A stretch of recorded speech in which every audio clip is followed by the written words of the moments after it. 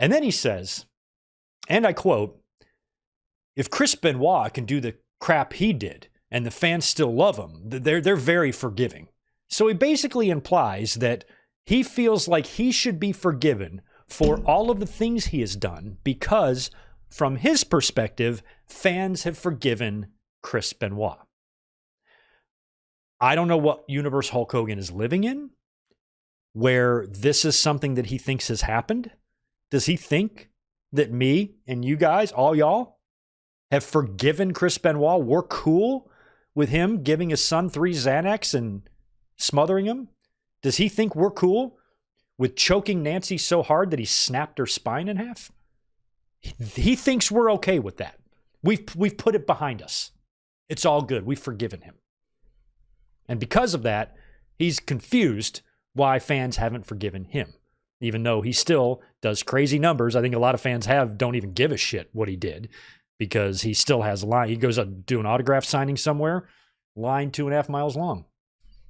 I don't get it. I would understand, if Hulk Hogan had the same type of reputation that Mick Foley did, I'd line up to meet him too, because he's the Babe Ruth of wrestling.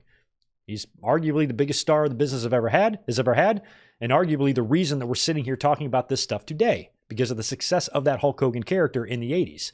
But I don't want to meet him. I don't want to see him at all. So, and this idea, Hulk Hogan, first of all, is dumb. We all know that. This is a guy that finds it necessary to put HH next to all of his tweets, so we know it's him. So Hulk Hogan's not the sharpest tool in the shed either. Not the brightest bulb in the drawer. Not the sharpest spoon in the cupboard. I don't know. He's not the tenderest McNugget in the box.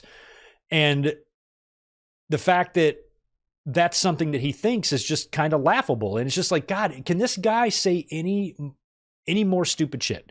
Like, the amount of stupid shit that he constantly says is just being piled on and piled on. He is a pathological, chronic liar.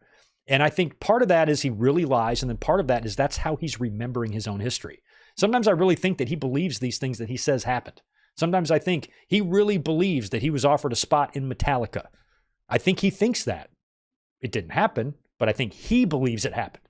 And the only potential reason I could think of that he might think this, and I put this up on social media, on Twitter. I said, I'm going to go out on a limb and say something that you guys haven't seen yet. Has anybody actually come out there, other than really, really depraved assholes, have come out and defended this dickhead at all for these comments?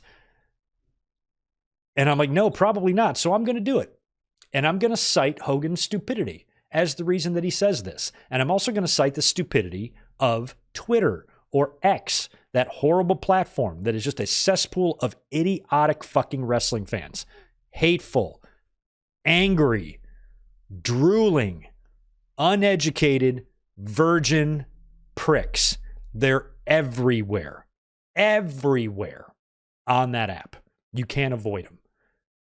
They are as dumb as a day is long. They say the dumbest shit, and it is an absolute cesspool of insanity. On that website, you guys have all seen, I have too, we've all seen pro Chris Benoit posts. You know the ones. You should separate the performer from the guy, and he should be in the Hall of Fame. And I don't know how you can separate the performer from the guy that snapped his wife's spine in half. I don't even know how you can make that argument as a decent human being who went to school, speaks English, and can dress themselves. How can you possibly come to that conclusion? That we should be able to separate Benoit as a wrestler from Benoit as the person. No, we shouldn't. No, we shouldn't. No, we shouldn't. Now, if you choose to go back and watch Chris Benoit matches, great. We've done that. We've done it on watch-alongs. His matches were awesome. He was a great wrestler. Nobody's ever denied that. But that kind of goes all goes out the window when you commit the horrible crimes that he committed. And Benoit is the biggest tragedy. They're going to touch on the Benoit stuff, by the way, in the Vince docuseries. We saw a little bit of that in the trailer. And that still is, the biggest tragedy that really, really did rock WWE to their foundation. And I've always believed that it's the Benoit tragedies that gave us the Fruity Pebble Barney John Cena that we got. That was the direction they needed to go in. Fans were flipping their lids and losing their shit. But I'm like, all you got to do is look, open your eyes and observe what's happening here. Look at what happened to them. Most companies wouldn't be able to survive that. So they had to take a sharp right turn and TVPG, be a little bit more wholesome, have a top star that's kid friendly, fan friendly, trying to change our image of being a company full of roid raging maniacs who murder their families.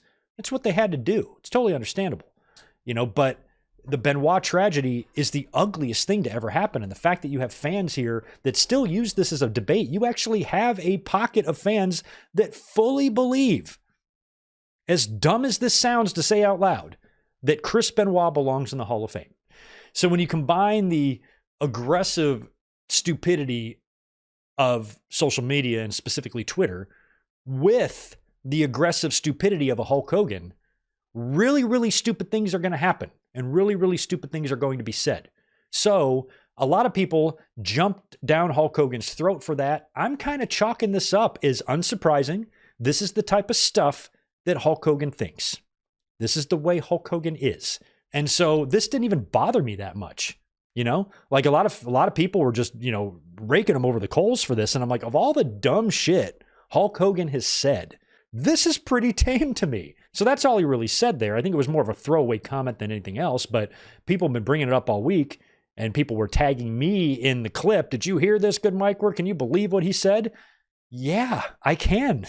I can absolutely believe that Hulk Hogan would say something stupid like that, because the only thing Hulk Hogan has done in the last 15 years is say shit that is really, really stupid. This is routine stuff.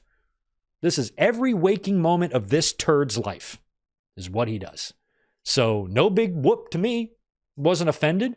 I was a big Hogan fan. When I was a kid, I grew up to him. I grew up to Hogan. I watched him beat the Iron Sheik. I had a Hulk Hogan birthday cake for my 10th birthday. I had his action figures, man. I was born right down the road from where WrestleMania 3 took place. I mean, Hogan was a huge deal to me as a kid. And I would have loved nothing better than to grow up and as an adult continuing to love him. Sketchy and, kind of shady political backstage dealings, that's kind of understandable because everybody has that. I mean, Austin and, all the greats have had their share of throats that they've stepped on. So I can give that a pass, but then when he retired, started that Hogan Knows Best show, his kids went to hell, his kids went to shit, ruined his marriage.